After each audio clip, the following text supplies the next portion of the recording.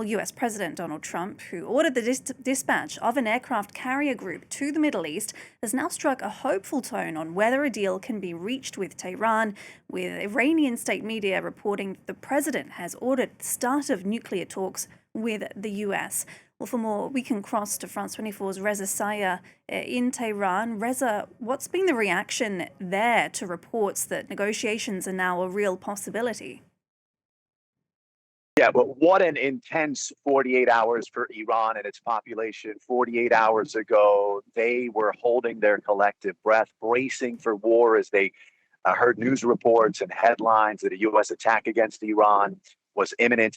Today, they are exhaling a little bit, breathing a little bit easier as a series of developments over the past couple of days have seemingly convinced both sides to calm down and give negotiations a talk. What happened over the past 48 hours to pull these two countries back from the brink of war? Indications are that a series of intermediaries and back channel talks convinced these two sides to take it easy a little bit, take a deep breath, and give negotiations a chance. Among those intermediaries, Russia, Turkey, Qatar, Egypt. On Friday, you had Iran's foreign minister, Abbas Araghchi, traveling to Turkey to meet with Turkish President Recep Tayyip Erdogan. That same day, Ali Larijani, the deputy secretary of Iran's National Security Council, he went to Russia to meet with Vladimir Putin.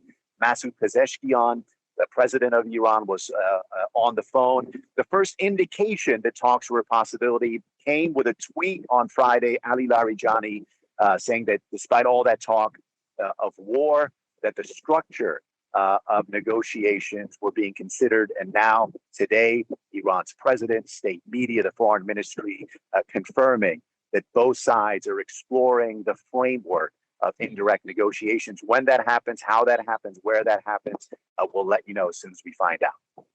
Well, Tehran has repeatedly expressed mistrust against Washington. So what's changed, and how optimistic is Tehran that these talks will eventually resolve this conflict?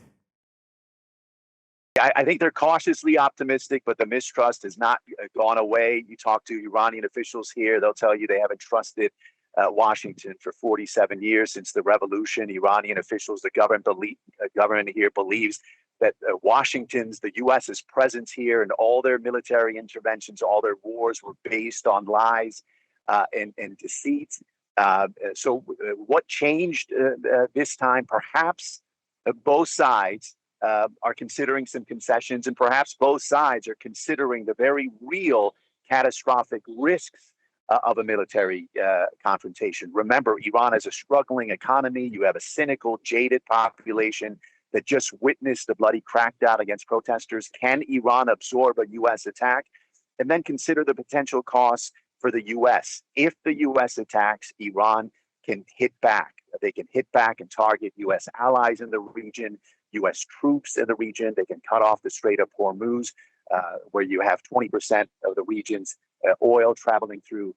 The risks on both sides, I'm sure those were some considerations to the two sides deciding to give negotiations a shot. All right, Reza Sayah, thank you very much for your reporting from Tehran.